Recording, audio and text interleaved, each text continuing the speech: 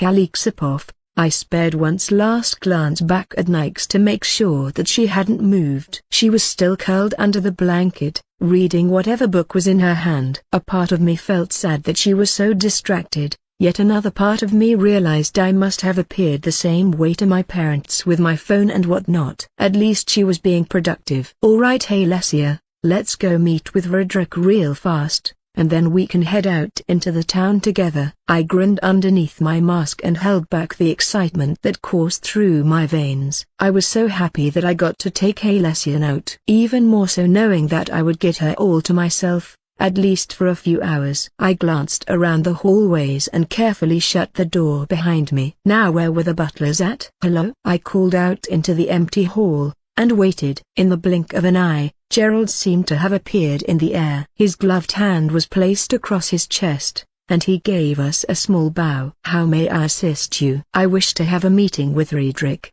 if he is available." "Of course," I replied as I crossed my arms. "Of course. I'll take you to his office." The butler nodded his head, and he spun on his foot and walked down the hallway. I motioned for Alesia to follow along and fell in step close to her. Now what did I want to go do? I know I wanted to stop by a few more stores and pick up as much as I could. I know for a fact that I needed to get armor, potions, weapons, rations, and resources. Honestly, anything at this point would help bolster my domain and allow me to push onwards. I would also have to hire people to bring into the domain to act as advisors and whatnot. So I would need to compile a list for that, and see what I can do. But more than likely, I will need Roderick's help in procuring people. Why was here always so much work to do? Mentally, I wanted to scream as I realized the sheer amount of work that needed to get done, but I kept it contained. For now, I would just do what I could. A few brief minutes passed before we stood in front of the door that led to Roderick's office. Gerald reached his hand out and gently rapped his hand against the door. "Master Roderick, the Empress is here,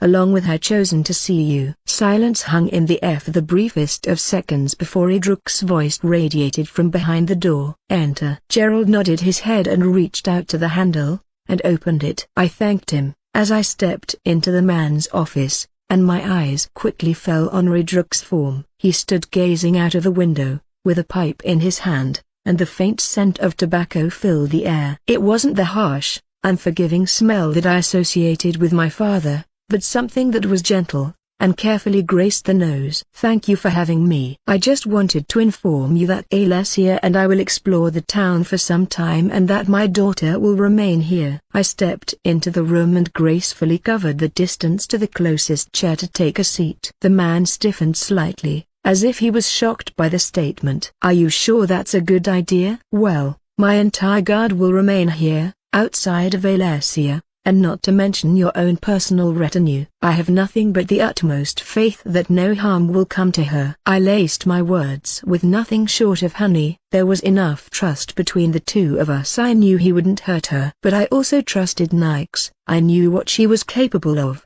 and one day I wouldn't need to protect her at all. Even though I would still want to. I heard a soft sigh escape from his lips as he turned around. "You won't have to worry about that. No harm will come to her," he told me as he walked over to his desk and sat his pipe down. "Well, I'll be honest with you. I'm not as much worried about her as I am for you." This was the part that I was honestly the most worried about. I knew how my daughter could be, and if I paired that with skills, then it's a concoction to be feared. "Is that so?" the man asked as he sat back in his chair and took another slow draw from his pipe. The tip lit up like a cherry as the air rushed in. "Yes. My daughter is very temperamental, and if and or when she leaves the bedroom, she may grow angry that I'm not here. I suggest you bribe her with either food or some sort of magical artifacts if you want her to calm down enough to listen to you. Otherwise, she may barge her way out by force if necessary." That was an actual possibility that needed to be contended with, which is why I thought to bring that up to Roderick. "I see. Well, I will do my best to ensure that no harms to her while you are away." He puffed his pipe once more, before he sat it down on the desk. "Though I am sure that I can handle your daughter." I felt a grin spread across my mouth. Oh, he had no idea what he was in for. "If you say so." "Roderick, please remember what I said about calming her down. If all else fails, Just remind her that I asked her to be on her best behavior, and that I will be back as soon as possible." He nodded his head once, and I saw the exhaustion rise like a tide in his eyes. "I understand." I nodded my head once, and pushed myself off of the chair. "All right, I'll leave you be for now then. Alessia and I will be back later in the day. Remember what I said, Roderick, it could save your skin." I turned away and gestured for Alessia to follow me, and glanced at the butler. "Did you get all that?" I stopped mid-movement and glanced in his direction. "Of course. I will keep your words close to heart. I also apologize for Master Roderick's demeanor. He is tired." The butler gave me a nod and a small bow. "It's perfectly all right, I know how it goes. Take care of my daughter, please." I pulled my eyes away from him and walked down the hallway with Alessia in tow. It was finally time to explore the town a little more. A few moments later, the sun had been in the sky for what felt like an eternity. But it was finally making its journey downwards. I had a feeling that days here were longer than what I was used to, but that was something that I didn't quite care about. Once I headed back home, I would go back on that familiar 24-hour schedule. "Come on, Alessia." I wanted to reach back and tuck her hand like a child would, but I stopped myself. I had to keep appearances up after all. "Where are we going again?" Her words came from behind me as we pushed through the crowd. All around us, I could feel dozens of sets of I Come to Rest on us, but I ignored it all. "General store, for starters." I wanted to pick up a bunch of stuff and use it for Asteria. I crossed my arms and came to a stop in the town square. People rushed around us, with a few eyeing us down, and a couple were sweating and standing back. I forget that Alessia is one of the strongest bosses in my domain, so her presence alone must be a shock to a lot of people here. Though I am not sure what black magic that Roderick may have used to stop people from attacking us. But let them come. I'll kill anyone who lays a hand on Alessia. Where else? Alessia came to a halt next to me. Her golden eyes danced around the throw of people and her hand rested close to the hilt of her blade. "Well, I want to buy more alcohol for starters. I need something for my days off, and when Nyx isn't around, then we go to an alchemist store next. I want to buy potions, and creation kits, an armorer to buy bulk resources, maybe a tanner to pick up leather. I also need to find some more of those magical cores since Nyx set into my supply." I crossed my arms and spoke as I glanced around. Something felt a little off, but I couldn't place what. "I think you should stay off the alcohol, Your Majesty." Alessia casted a quick glance at me and smirked at me. "Never. In fact, I'm going to buy a wide variety this time. Though if you are worried about me becoming an alcoholic, I wouldn't. I just enjoy the buzz." I shrugged and motioned for her to follow me down the road towards the merchant district. "I don't know, Empress. The last time you were drunk you attacked me. I feared for my life." Alessia faked indignity as she reminded me of those moments. I felt my face flush slightly as she teased. "No, if I remember correctly, you took advantage of me while I was intoxicated. If anything, you were in the wrong. I was just a helpless maiden, at the mercy of a sober woman." I huffed at her slightly and crossed my arms and glanced away from her. "Oh please, you a maiden? You're anything but," she quipped at me, and I felt my jaw drop as I spun to look at her. The nerve of this woman, I swear. Roderick Poff. It felt like only a few heartbeats had passed when I closed my eyes, when I heard a shout from the lobby. "Where is my mother?" I sat up and felt the start of a sleep deprivation headache seep into my mind.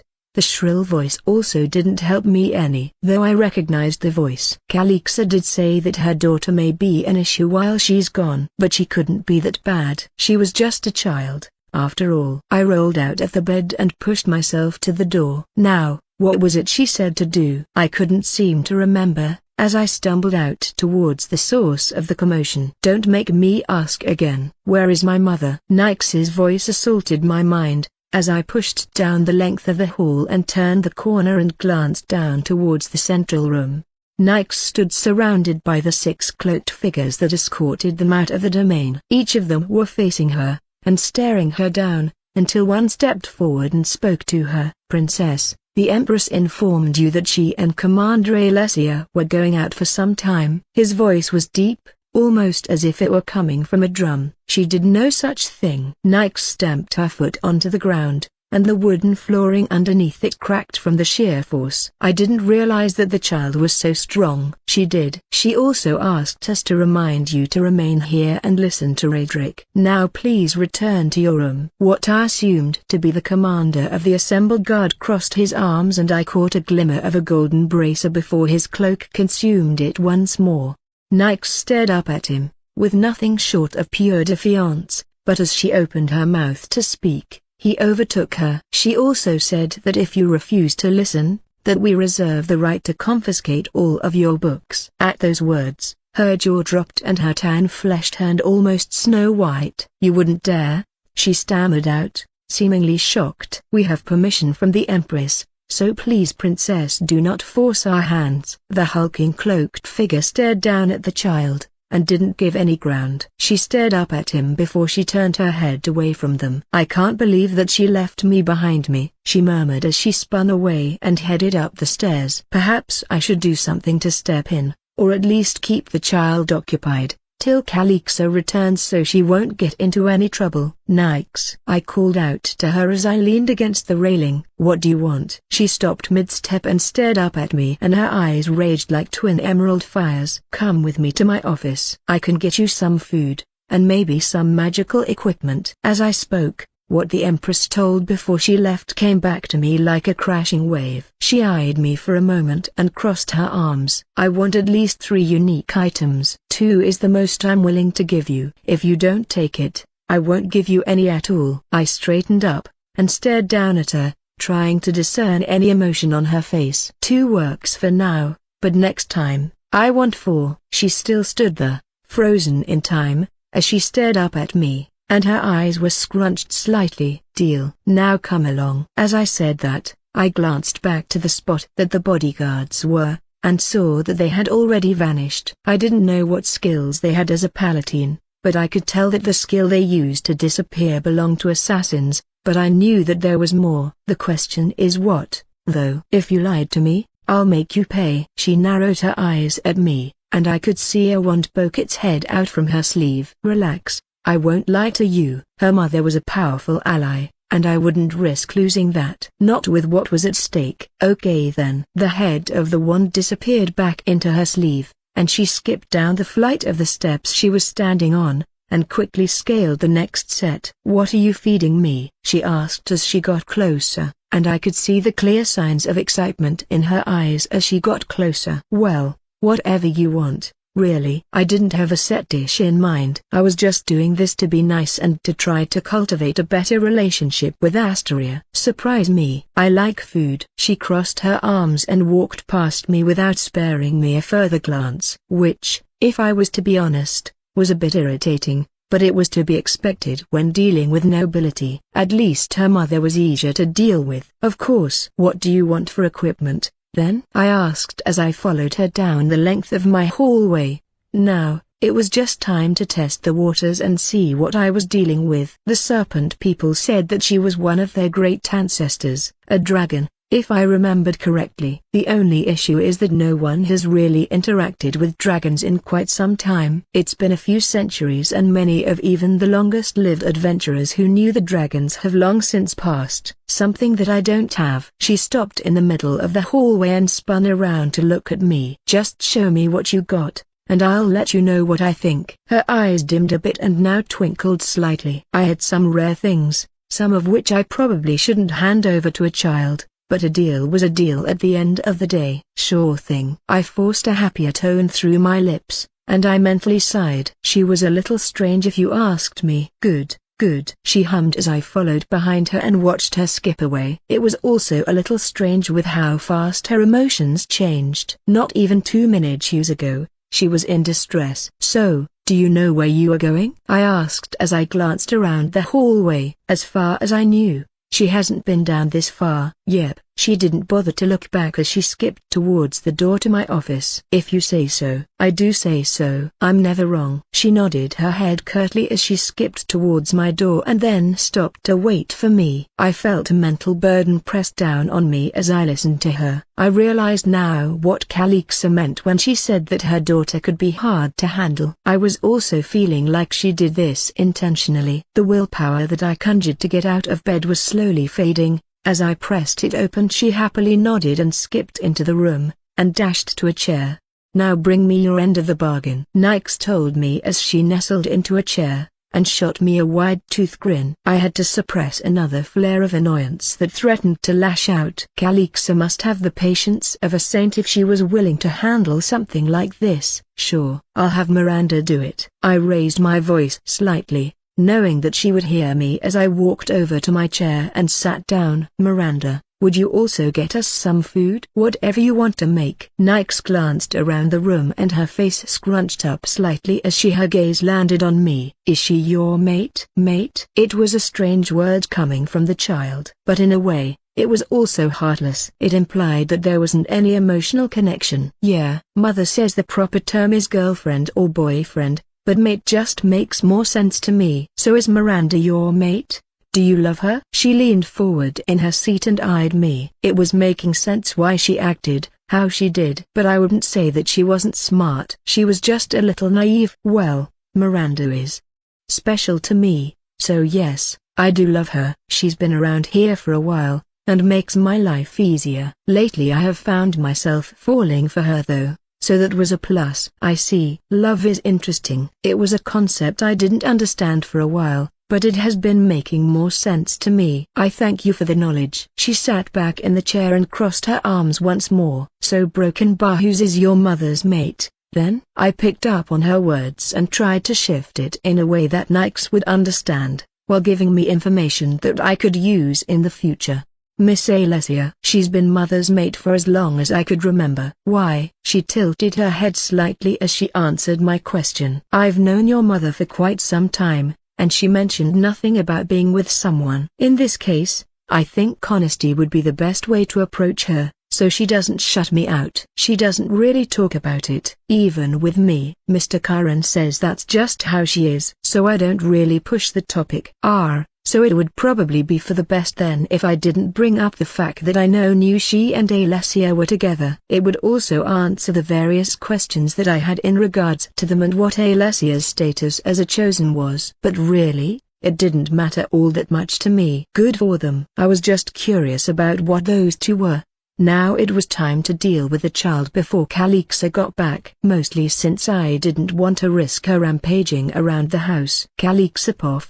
I was whistling softly as I left the last store that Alessia and I were visiting. I could feel a wide grin plastered under my mask as I thought about the large haul that I would bring back to the domain. So far, I've collected a large quantity of all the primary resources I needed, like steel, iron, and whatnot. But I also bought ingots of different metals, like copper, aluminum, sky iron, mana-touched steel, and a bunch of others that I didn't even know existed. But it's not like I was going to use it. In fact, I'll just pass it off to underlings and let them do whatever it is they do and benefit from them. I also picked up a bunch of different clothing, and while I wasn't a fan of the style, I'd just consume the material and reuse it for something else. Not that the style was bad, but everything here strikes me as late Middle Ages to early Renaissance and I wasn't a fan. But I was also picky, so it may be someone else's cup of tea in the end. There was also a bunch of alchemist's stuff that I had shipped back to the domain,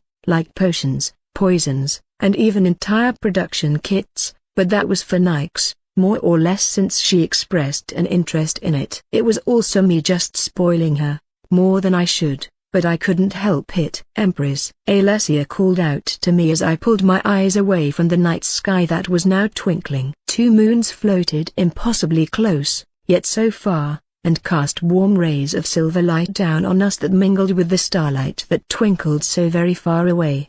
"Yes." I glanced at her and drank in her features. "I had fun today," she whispered as she got close to me. "I did too." "Thank you for coming with me." I wanted to lean into her and hold her hand, but I stopped myself. We were still in public, and I needed to show restraint. Granted, the sea of people that once filled the street had long since vanished, and was replaced by the occasional straggler. I felt like there would have been a bigger night scene here, but there really wasn't. But that may be me confusing the night scene on Earth with here. No need to thank me. Any time spent with you is time well spent. Alessia stepped close to me and her words came out close to a purr as my heart jumped in my chest slightly. Why do you say these things to me? I asked in something close to a whisper as another wave of heat rushed to my cheeks. She constantly barrages me with compliments, and does whatever she can to make me keep falling for her. Because I know you can't take it. That's really it.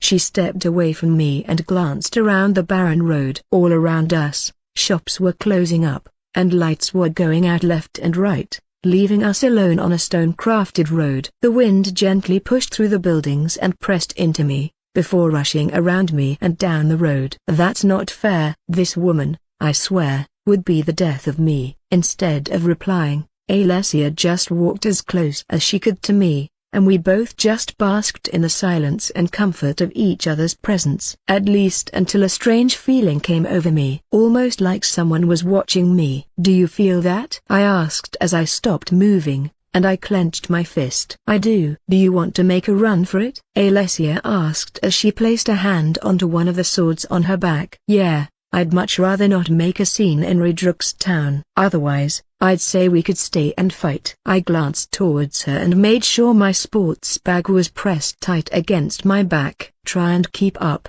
okay? I cycled Kith through my legs, and in an instant, I pressed off the ground, and quickly ran through the town. Buildings became a blur as Ki constantly exploded through my muscles, pressing me onwards at a blistering rate. My heart sped up in my chest as excitement crashed against the paranoia and chased it away. In this moment, I've never felt so free.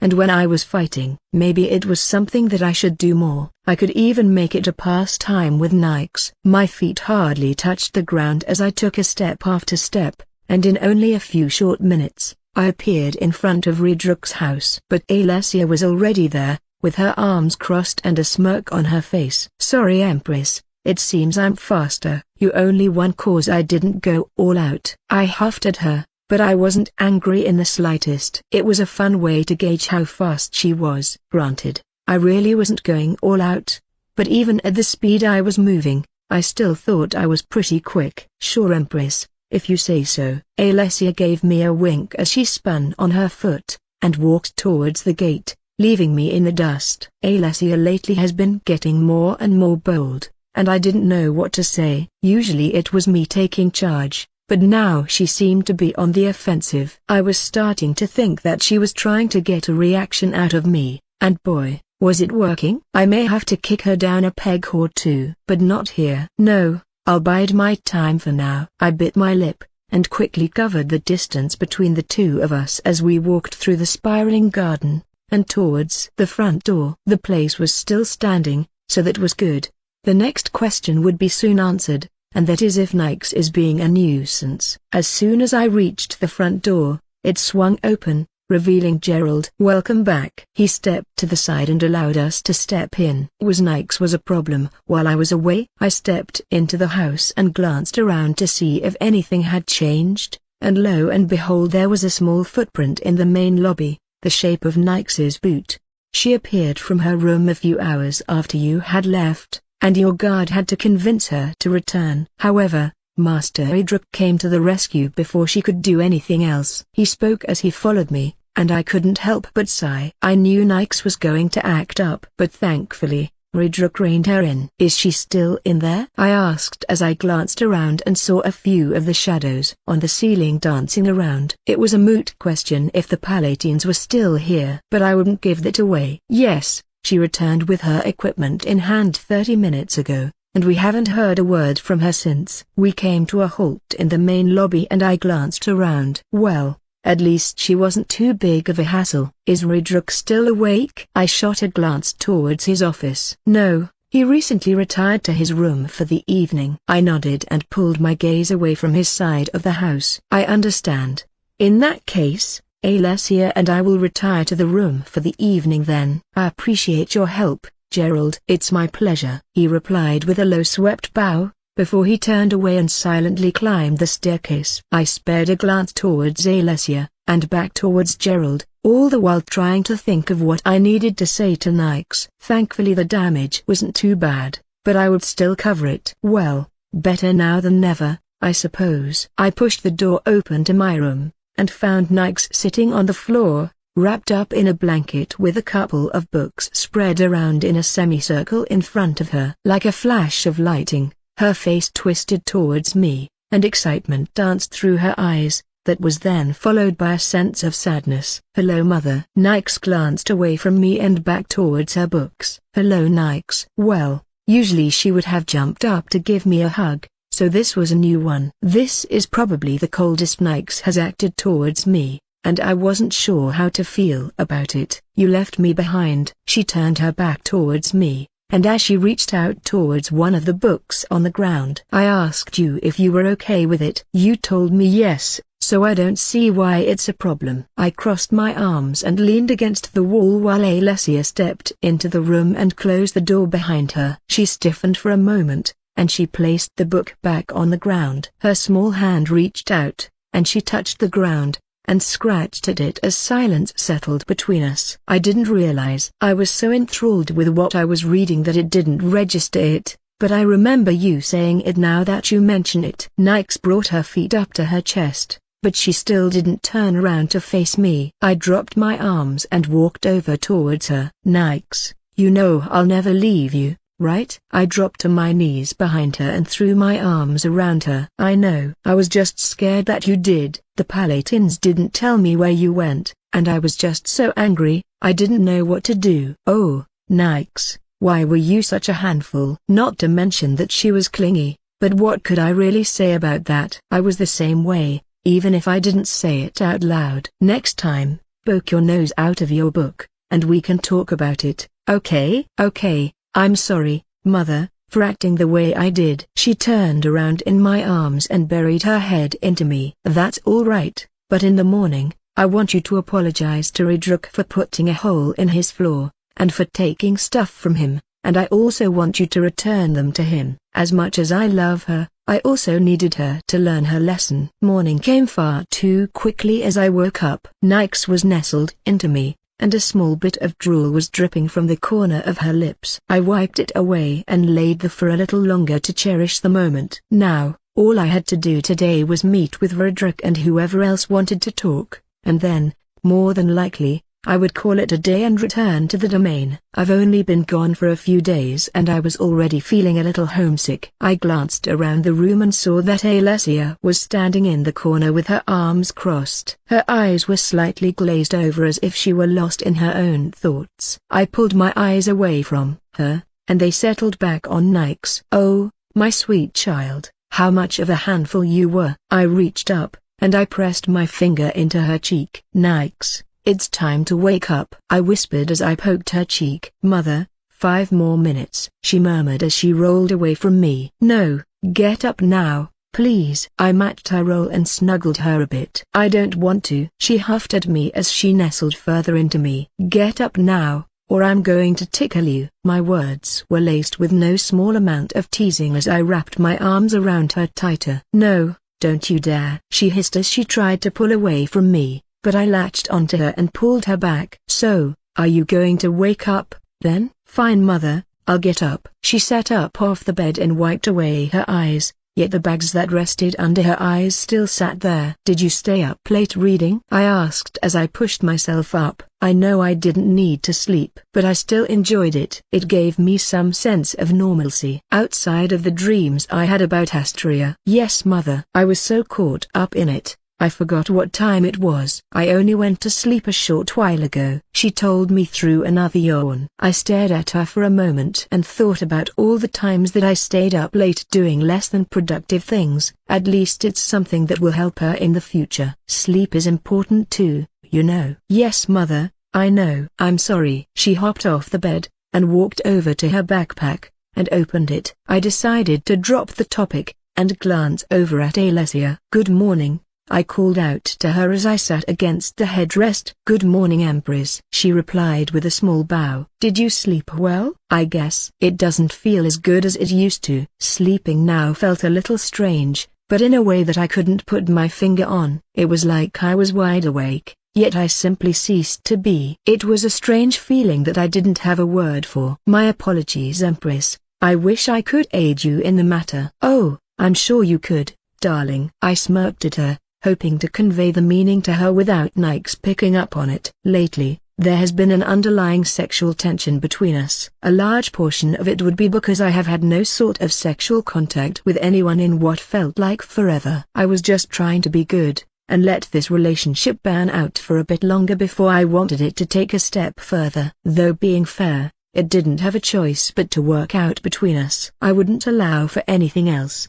She stared at me with the same hunger in her eyes, and for a few seconds I could feel the sparks dancing in the air between us before I broke it. "Nykes, can you gather everything that Riedrich gave you yesterday?" "Yes, Mother." She froze for a second before she slouched and reached back into her bag. I had a feeling that she hoped that I would forget. I knew that if I was her age, I'd have that hope. But sadly, I needed to prove a point to her. She may be a dragon, and a princess, but she couldn't always get her way. "Thank you, Nykes," I told her as I stood up and reached for my sports bag. I should probably change my clothes, so I looked my best when I saw Riedrich. Let's see, what was I in the mood to wear today? Should I do something a little more formal outside of my cloak? How about a dress of some sort? No, I think I'll scratch the idea of a dress. I'm not really a fan of them. The dozens of choices that I had floated through my mind as I tried to figure out what I wanted, but nothing really struck me. If I was going to be an empress, then doesn't that mean that I needed to dress like one? I felt my face twist into a grimace at the thought of having to wear anything gaudy. Dresses weren't my style, nor was wearing anything extra like jewelry. I scoffed as I dipped my hand into my sports bag and withdrew another cloak. This one was the color of ice, with small specks of purple embedded into it. This would do for now, at least until I figured out what I wanted to wear. Perhaps a wardrobe overhaul was to be a thing when I returned home. But that also entailed figuring out exactly what I liked, which in itself was a laborious task. A few moments later, I adjusted my cloak and made sure that I didn't stink. I turned to Alessia. "How do I look?" "As beautiful as always, Empress," she told me with a soft smile as she stared at me. My heart jumped in my chest as her words floated around in my mind. "You always say that." But before she could reply, Nykes took the moment to pipe up. "What about me, Miss Alessia?" She jumped into view and twirled in a dress that she was now wearing. As usual, it was all black, but it had a faint purple hue that seemed to pierce the darkness. "Ah yes, you are more beautiful than any princess there ever was." A smile adorned her face as she spoke to Nykes, one that was filled to the brim with pure happiness. "I know, Miss Alessia. I just wanted to hear you say it." She giggled as she twirled once more and the hem of her dress fluttered on the draft she created. Her words caused me to roll my eyes. Sometimes she borders on the fine line between confident and narcissistic, though I suppose I should expect that sort of behavior from a dragon. It truly was a losing battle with her. "Okay, Princess, are you ready to go then?" I called out to her and reached out my hand. "Yes, Mother, I'm ready." She nodded her head and walked over to me. In her hand was a small ring clenched her hand, and a book that I knew Riedrich gave her. She quickly shifted the positioning of the items in her hands before she reached out and took mine. "Good, now let's go meet with Riedrich and then figure out how today is going to play out." I glanced back at Alessia one last time before I turned my attention back to the door. "Well, I guess it's now or never, I suppose." When we arrived at Riedrich's office, Gerald gently knocked on the door. "Master Riedrich, the Empress is here to see you." I stood there with Nykes's hand in mine, and I was slightly lost in my own thoughts. "Hopefully, Nykes doesn't screw this up. You may enter." His voice radiated from behind the door and Gerald pushed it open. I strode into the room and locked eyes with Riedrich. At first he was nothing more than an adventurer, but now he was more of a business partner now than anything. "Good morning," I called out to him as I ushered Nikes ahead of me. "I brought my daughter along to apologize for her actions yesterday," I told him as I pushed her forward. She glanced back at me, unsure of what to say, before she turned back to him. "Mr. Edric, I apologize for my actions yesterday. It was unbecoming of me to make demands of you." She slowly walked over to his desk and placed the book on top of it, along with the ring. Though it looked like the poor girl was on the verge of crying. "It's all right. I don't mind it. You're a child, but I do stress that you exercise caution in the future." He pushed the books back over to her, and her face lit up. "Thank you, Mr. Edric. I'll do my best." She quickly swiped the equipment away and rushed back to me. I don't think she felt so much shame, as it was the sadness at the prospect of losing her belongings. She had the right intentions but the wrong idea, or was it the other way around? I wasn't too sure, epically with how her thought process seemed to pan out at times.